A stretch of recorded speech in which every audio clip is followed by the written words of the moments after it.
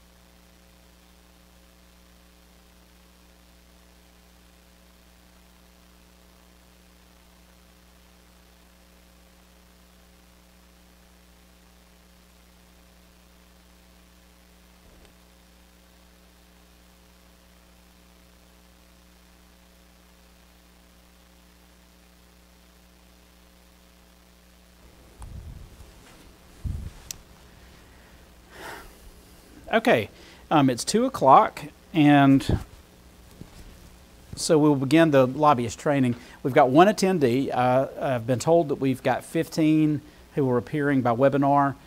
So if you have any questions, those who are attending by webinar, the number behind us is where you should text your questions. I will handle those probably at the end after we have gone through all of the information and answer them at that time. Also, if you're having any difficulties with the transmission of the webinar, you can call our office and they can answer those questions for you. The information on our website will tell you how to get in touch with those in our office who can answer your questions. So. Somebody has a question trying to live stream, I can't. Okay. All right, apparently there is some trouble with the live stream. There's a problem with the link that was sent. There's no banner or link to click on the meeting live stream link. If they go to the home page and click on the live streams, it'll take them directly to your live stream. Okay, if you go to our home page and check on live stream or take the drop down for live streams, that should bring you a link. But I've got Vicki Manning who is going over to our office to see if there's another problem that she can address there. I've only gotten one text message about a problem with live stream. Is there anybody else out there that's maybe getting the audio or can't see? Right ahead with this person. Yeah. Okay. I just assumed maybe she had audio, or this person had audio. No, I think she doesn't have anything. Okay. All right. Well, great. While we're handling that, let me tell you that we will have additional trainings throughout the year, and we will make those dates available to you on our website. I'm Tom Albritton. I'm the director of the State Ethics Commission, and I've been in this role for about 4 years. Our offices are here in Montgomery. If you were from out of state and you find yourself in Montgomery, we'd love for you to come by the office so we can meet you and follow up with any other questions you may have after today's training. Now remember, before we get started, that there's some primary issues you should remember about the Ethics Act itself and about this training. The information that we will give you today is the floor, not the ceiling. In other words, you can go above and beyond the minimum requirements that are contained in this training video. Also, nothing that we say in here is legal advice. We do have a method for answering questions for you. We'll talk about in detail in just a little bit, but you would need to follow that method for seeking advice should you choose to do so. I think it's important at the very beginning to sensitize you to the landscape in which we are. No volume. No volume? Okay, I don't know how to change that. Okay. I'm going to keep on going then. Okay.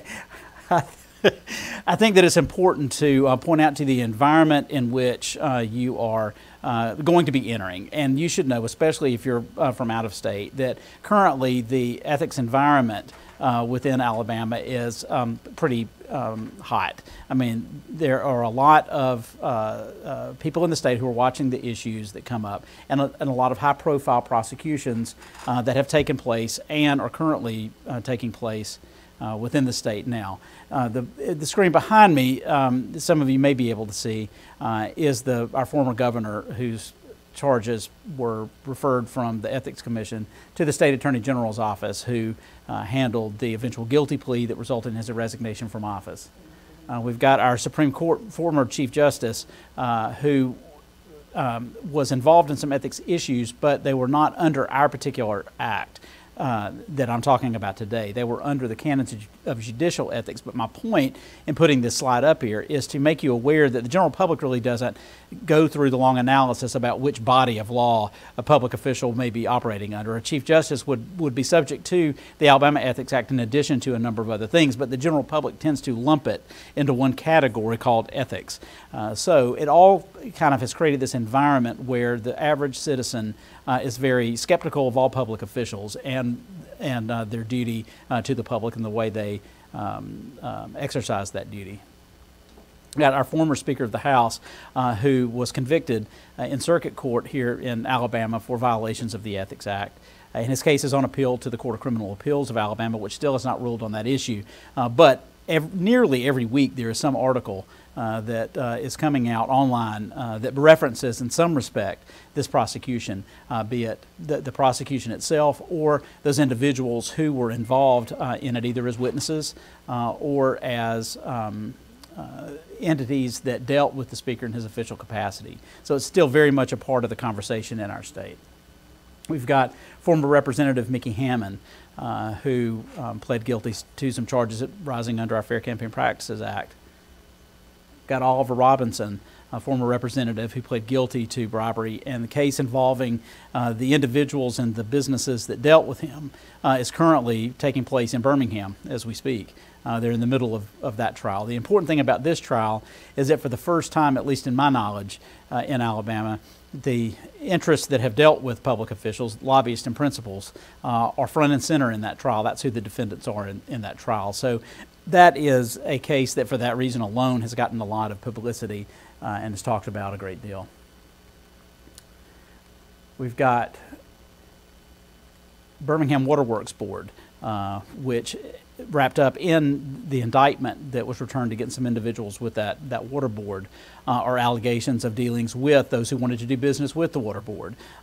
Some of the facts that have come out involve the provision of meals or other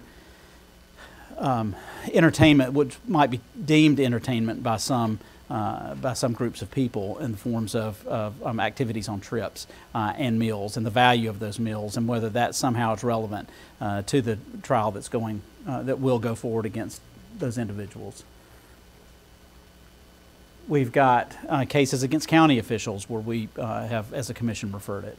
But the point of all of these is that currently, at least, there is constantly some discussion about a public official, whether the ethics laws have been broken, and there's just a lot of sensitivity about that right now.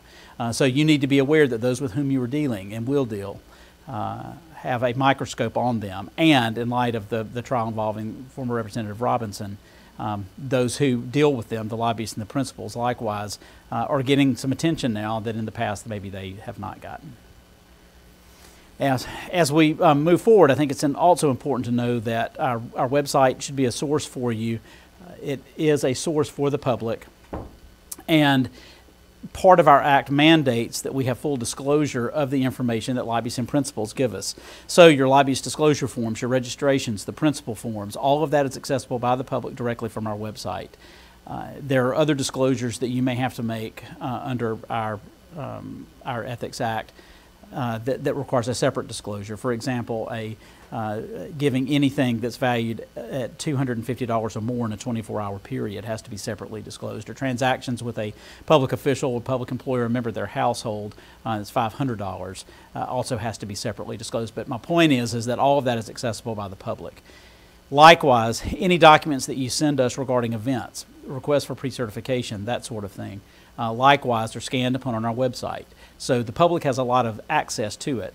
When we started doing that, there was some criticism from those, or some concerns rather, from those in the lobbying community who felt that might create some problems, not only for them, but maybe for the public officials who were involved. My experience is that that's not the case. My experience is that it's actually cut down on the number of questions people will ask because the documents are available. And as we both know, most of what's in there are things that the general public is not going to find to be something that they get all that alarmed about. Most of the registrations are very straightforward. Most of the disclosures are very straightforward. Most of the events that we pre-certify as being allowable are very straightforward, legislative receptions, that sort of thing. And I think that it's gone a long way in helping educate the public that a good bit of what you engage in is allowed under the Act, and it's perfectly legal. And even more than that, there's a good reason why it's legal. And that is because one of the chief functions of lobbying is to communicate information, and the law should not and don't set up a system that prevents you from communicating information to a public official that needs to be communicated. It does regulate the context in which you can do that. And I think that the public has become aware that vast majority of those operating under our Act are operating in a way that not only is legal but also is acceptable and in fact a good thing. But it's available from the website. Now, the overall point of the Ethics Act is that a public official, public employee can't use their position in a way that benefits themselves or a member of their family or business they're associated with. And this finds expressions in some prohibitions that apply specifically to lobbyists and to principals. So, no lobbyist, subordinate of a lobbyist, or a principal shall offer or provide a thing of value to a public official or a member of their family, and you can't give anything for the purpose of corruptly influencing official action. All right, that's the standard. That's the main prohibition. Let me tell you that there's a lot packed into the definition of thing of value. It's a gift, a benefit, a favor, service, gratuity, tickets or passes to entertainment or sporting event, honoraria. It can also include an offer of future employment. So there's a wide range of items and conduct even that can satisfy the definition of thing of value under the right set of facts. So if you go back to the earlier slide, as a lobbyist, you cannot offer a thing of value to a public official, public employee, or a member of their family unless it falls within one of the exceptions to that. One of those exceptions is the de minimis item exception. Anything $25 or less, no more than $50 in a year, is considered a de minimis item. You just need to know that it's in there. That $25 thing is something that is second nature to those who are in Alabama a good bit. It's not unusual to find that same kind of exception in other states, but just know that that applies to items. So, if there's a ticket that is less than $25, yes, that would be an exception. How many could you give in a year? 2. Annual would be 50. It's an aggregate of 50 in a calendar year.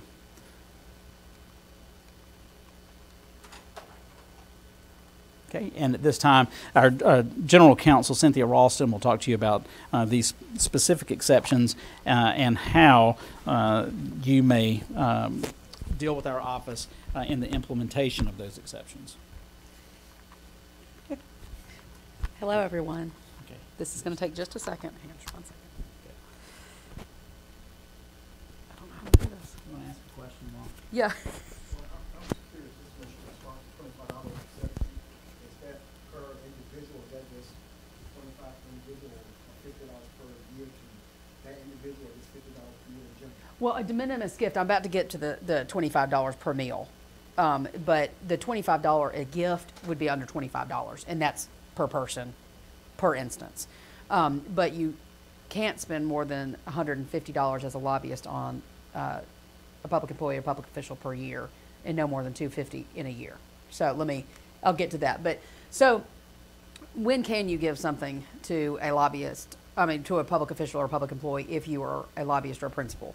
There are exceptions I think there's 18 or so exceptions, maybe more, to the thing of value. One of them is most applicable is the educational function exception.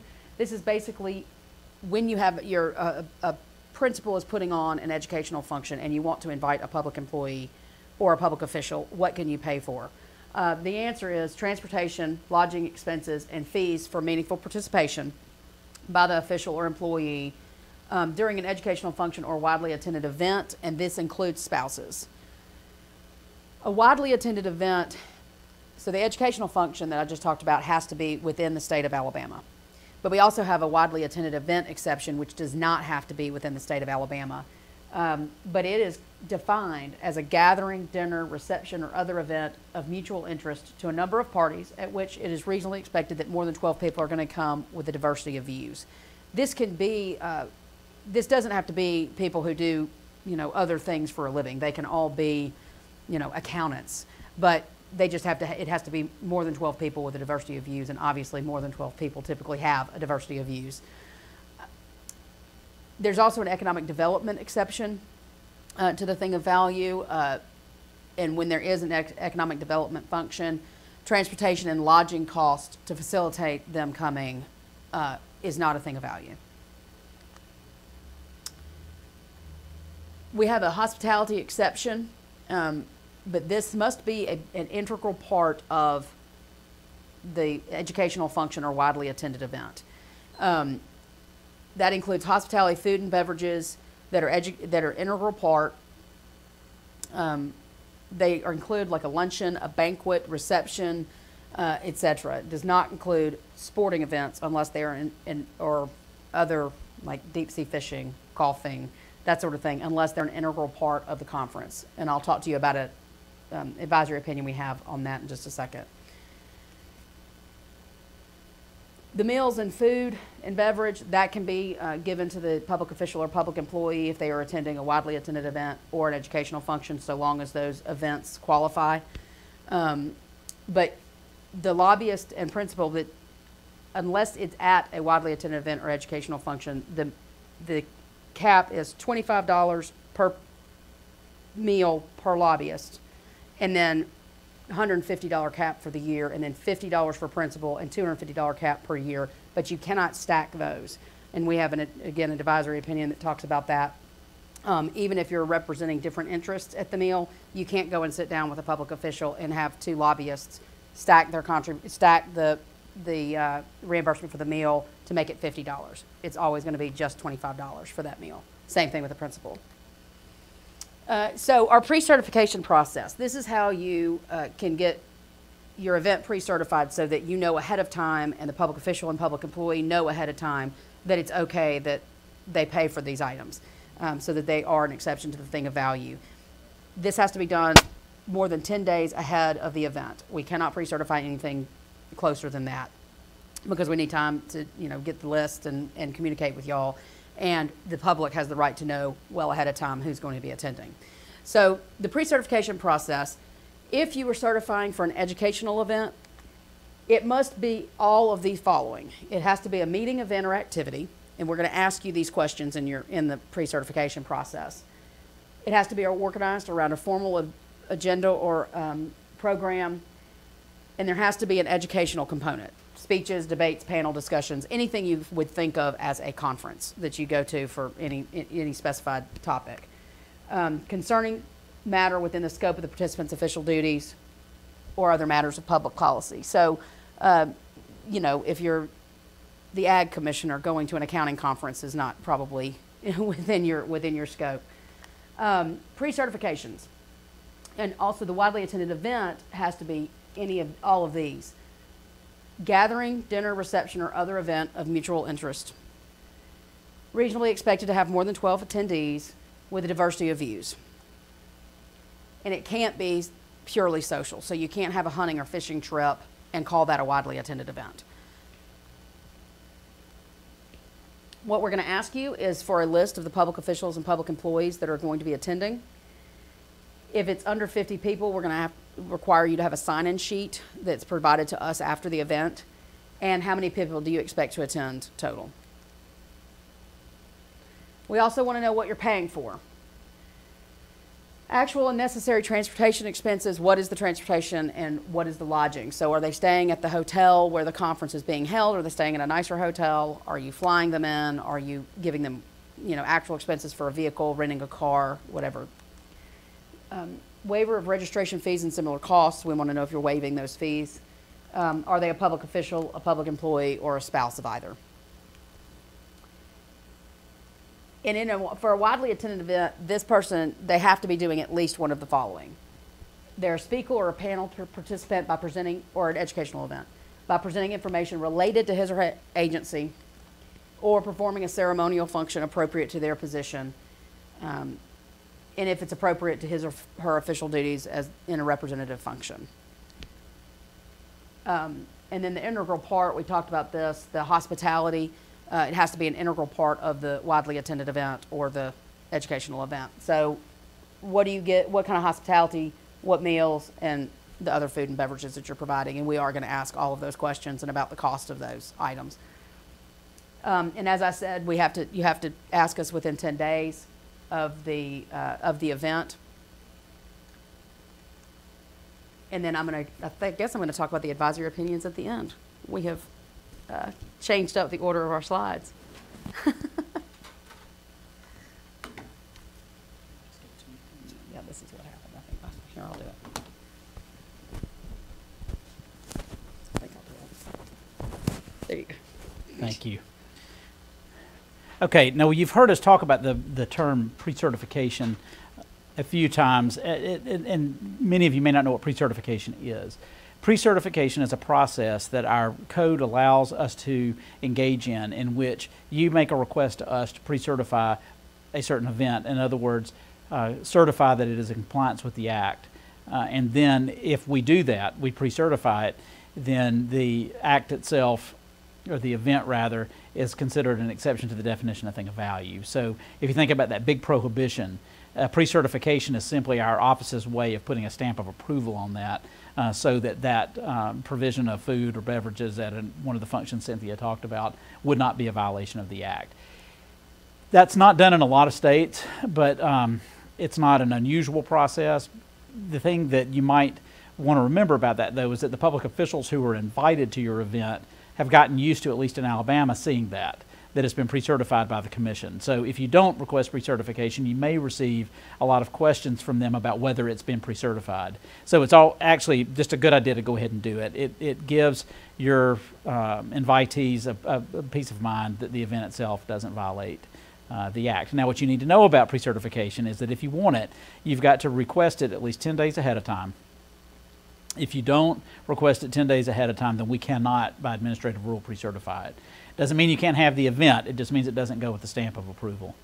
The second thing is we may have a lot of questions that we ask you, but the point of that is not to imply that you're doing anything wrong. The point of it is to make sure that the event itself is complying with the requirements of the Act and the allowances of the Act. And it may simply be that we're just not really sure what you're doing. And so we would just like to have the information so we've got a better understanding of what your event is. But don't read anything into the fact that we're asking questions because we ask them of everyone. The second thing, the third thing you need to remember is that once it is pre-certified, your request and a list of your invitees will be scanned and placed on our website, viewable by the public. We actually have a drop-down menu that allows the public to go and access the letter that you sent, any notes that we may have made, and our approval itself, and the list of invitees. That kind of information is helpful to the public, again, to understand what the parameters of the event are, and also who's receiving the hospitality that you are offering through the event. Often, people who are just starting out have used the publicly available information to structure your request, and that's perfectly okay. It can be a resource for lobbyists too. If you want to see what someone else has done and how it's been approved, or the restrictions we may have placed on their event, you can access the pre-certifications we've done for others, and you can use them as a model. That is perfectly okay with us. So who's on the commission? Our commission is made up of 5 individuals, each of whom is appointed by an elected official. We've got one member who is appointed by the Speaker of the House, one by the Governor, and one by the Lieutenant Governor. They serve staggered 5-year terms. Our chairman is Judge Jerry Fielding, a retired circuit judge from Sylacauga. We have Butch Ellis, who is a lawyer from Columbiana, Alabama. We have Judge Charles Price, who is a retired circuit judge from here in Montgomery. We have Beverly Brady, who is a lawyer from Auburn, Alabama. And we have John Plunk, who is a lawyer from Athens, Alabama. There is no requirement that all 5 of our members must be lawyers. However, currently we do have 5, including 2 retired circuit judges. The advice or the opinion process I alluded to earlier. If you've got a question about whether something is allowed under our Act, you can request an opinion from us. We've got 2 methods for delivering opinions. One is our informal opinion process. The second is our formal opinion process. They're very different things. The informal opinion process does not give you legal protection. However, the kinds of questions that we generally answer under an informal opinion are not the kind of questions that really lend themselves to a formal advisory opinion. We've been asked informal opinions from lobbyists before about whether we have, for example, a de minimis lobbying rule in Alabama. Well, the answer to that is no, we don't. There's no need to generate a formal advisory opinion on that question because it's easily answered from the black letter of the code itself. However, if you were wanting to know whether certain conduct fits within the definition of lobbying, that's a question that you may want to ask in a formal advisory opinion. Because a formal advisory opinion does give you legal protection by statute from prosecution as long as you've given us the right facts, you have relied on the opinion within the 4 corners of that document, and that you haven't misstated anything to us. But a formal advisory opinion is provided for in our statutes to give you legal protection from prosecution. Now, we have to have the request for both of those in writing. But the other key difference between an informal and a formal opinion is that an informal opinion can generally be given to you within 2 weeks. Because we have the written requirement, it requires us to go through a written process. We have a staff member who reviews those, sends them to the general counsel, who reviews them, and then she and I talk about the answer before the informal opinion goes out. Our general rule is that we try to get those done within 2 weeks, within 14 days. A formal advisory opinion, on the other hand, can only be voted on by our commissioners at their meetings, and they meet every 60 days. So there could be a time reason why you're asking for an informal opinion instead of a formal advisory opinion. If you've got a question that is treading into new territory and we think that you are better served by a formal advisory opinion, we will tell you that we think you should ask it in a formal advisory opinion, okay, because that gives you the protection that the code provides. Did you have any questions about that? Okay. Informal opinions are considered confidential. In fact, they are confidential by administrative rule. And both of these must be prospective in nature. We can grant permission, but we cannot grant absolution. So it's got to be prospective in nature.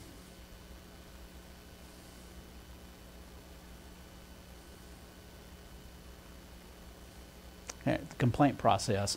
You need to know about this because intentional violations of our Act are Class B felonies in Alabama, which means they're punishable by a prison sentence of between 2 and 20 years and a fine of not to exceed $20,000 per violation.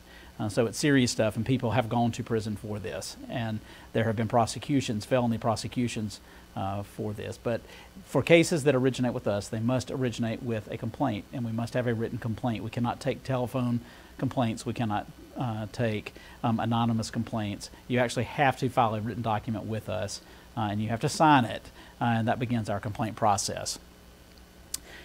Once we have a complaint that is filed with us, I will do a review of it with the general counsel, and we will determine whether the complaint actually states a violation of our Act. As you might expect, we get a number of complaints filed with us that simply don't state violations of the Ethics Act. They may state violation of any number of things, but outside of our Act. And even if those have merit, we can't consider those because that's outside of our jurisdiction. So we will do a review of the complaint first, and then if it does state a violation of our Act, we will refer that to one of our investigators to begin investigating. So in the context of what you do, it might be a complaint that you provided an improper, or an illegal rather, thing of value to a public official, or that a public official solicited an illegal thing of value from you as a lobbyist or from your principal. Those are the kind of complaints that might be filed against somebody who is in your position. However, failure to disclose, failure to file your reports, all of that also has a penalty under our Act, although most of those are going to be misdemeanors, punishable by up to a year and a fine of not to exceed $6,000 per violation. So you do need to know that the requirements to file, the requirements to register, all of that also find a penalty within our Act too, and would be under this same complaint process that I'm talking about now. Mary Pons is the individual who helps us with our informal opinions. The reason that I've got her up there, and she's not a huge fan of this picture, and it's a bit unfair that I pulled a picture off Facebook and that I'm now showing in a webinar. However, I did get her permission about it first before I did this, but it was before the last training when I was about to walk in, and there was very little that she could do about it. But the reason that I'm pointing this out to you is that Mary in her former life was a lobbyist for the Association of County Commissions. So there is a former lobbyist who is actually under contract with the Ethics Commission to decide some of these issues. And I think that's an incredibly helpful thing, because when we talk about what you can do in the context of dealing with legislators, she has actually done that and provides great insight. That does not mean that she is sympathetic always, or that she doesn't hold lobbyists or principals or even the public officials who may request opinions from us to a very high standard, because I can promise you she does. But she does understand the context in which all this comes up.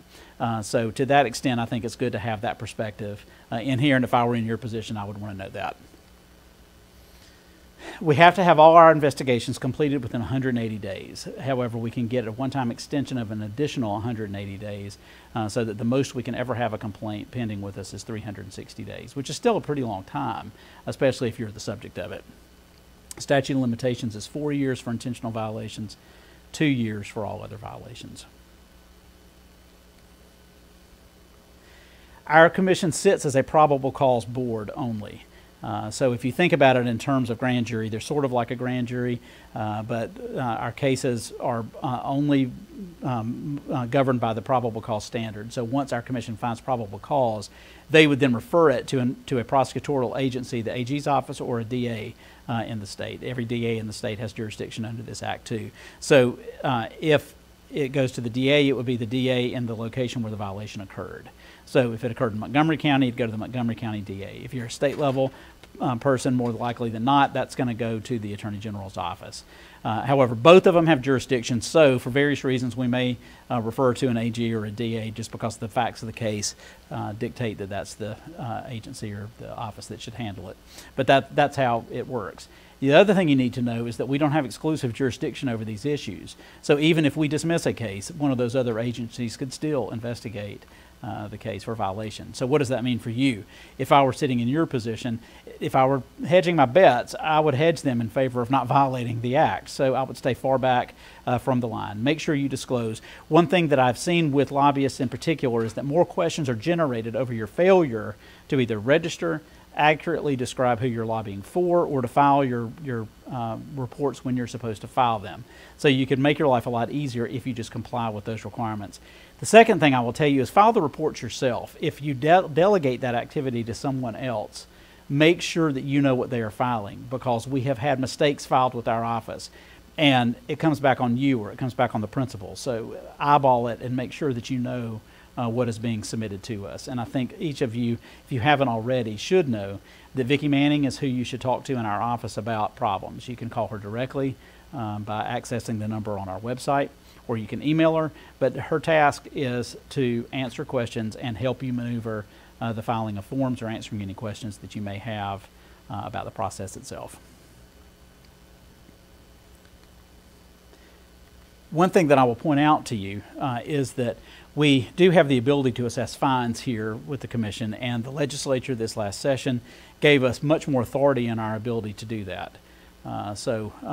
Although it might not affect you, the public employees or public officials with whom you deal, and just so that you know how our office operates in terms of our jurisdiction and authority, we can now resolve any case against a public employee through the imposition of a fine not to exceed $6,000, or any case against a public official that doesn't exceed $1,500, but only if the Attorney General's office or the local DA agreed that it should be resolved in that manner. Okay, did you have any questions? Okay, all right, so I'm going to turn it back over to Ms. Ralston at this time, and she will continue to talk about our process.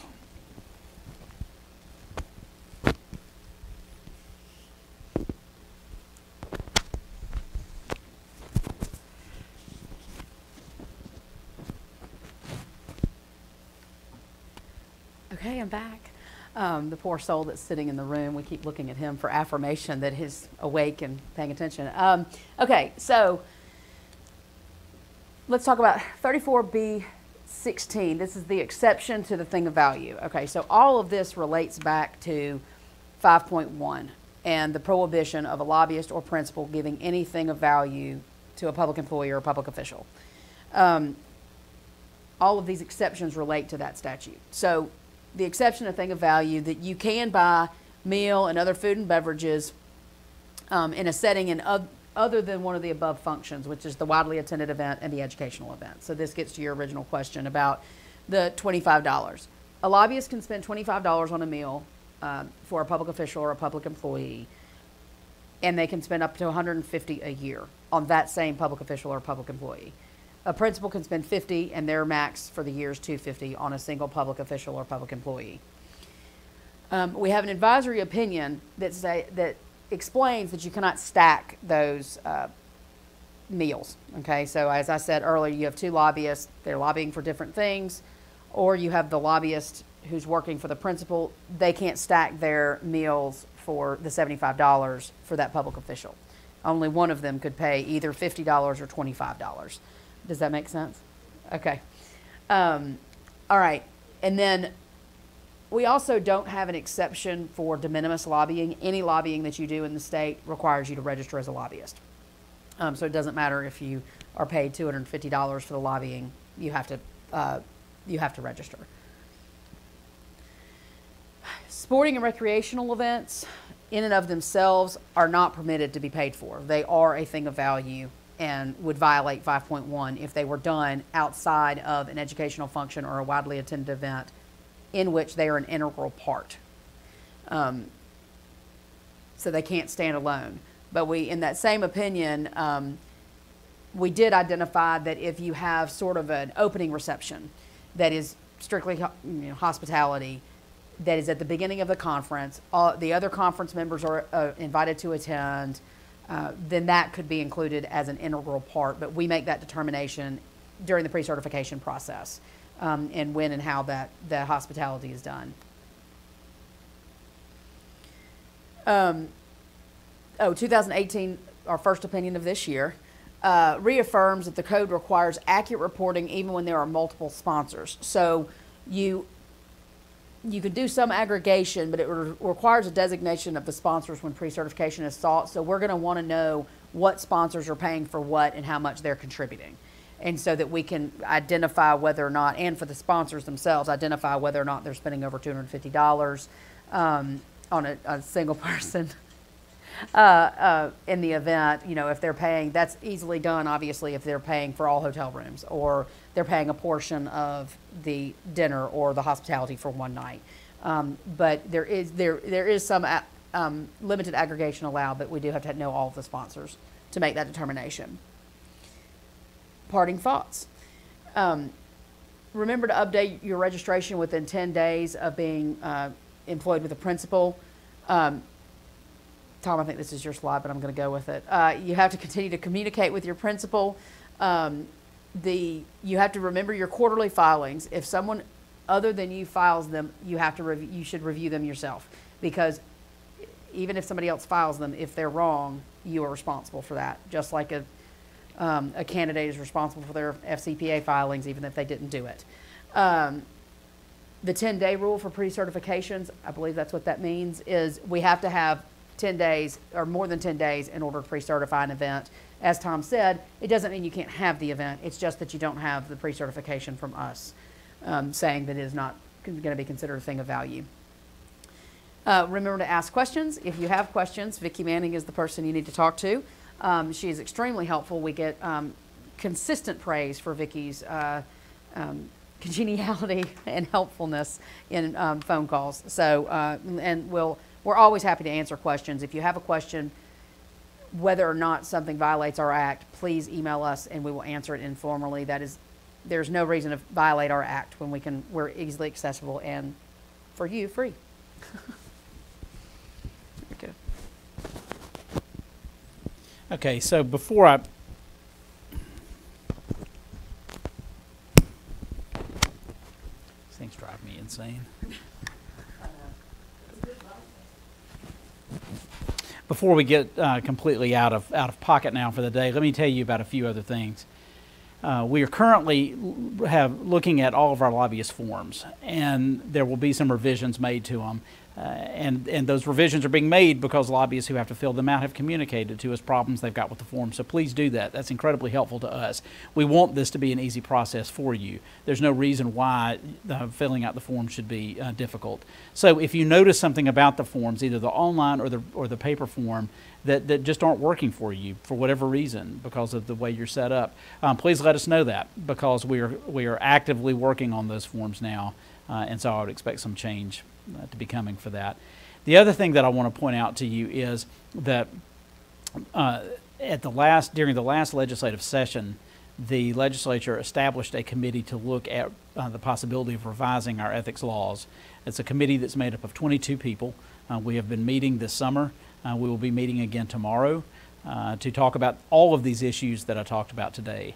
And I expect that next session there will be some modification to our act in light of issues that have come up, frankly, because of the prosecutions that we've had. And it's not an attempt to undo those prosecutions, but both from a proof standpoint and from the standpoint of what is allowed and disallowed under our act, groups affected by that act have seen firsthand how that plays out. And so it has generated an interest on many people's parts, on both sides, prosecutors and public officials, public employees, and the general public too, to look at some of these and make sure that the ethics laws are as strict as they need to be, and also work in the way that they were intended to work given the statutory purpose for having the act in the first place. So I would pay attention to what's going on. If there are changes to the act that are substantial, then you will be trained again on those changes. And you may want to periodically check with us to see if there have been any changes. So, did you have anything you wanted to ask? Yes, sir. Going back to one of the previous statements, as far as hospitality is concerned, if I throw just like a general function before a football game in the press box and just invite whoever wants to come, is that something like that can be pre-certified? The question was, the context was this. Before a football game, he wants to invite, basically create an open invitation to whoever wants to come up to the press box for a social event.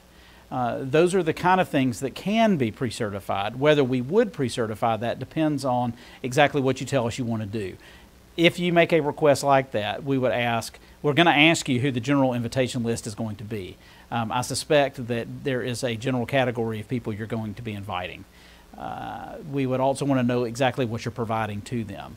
We might even in that context ask what the cost of the event is per person.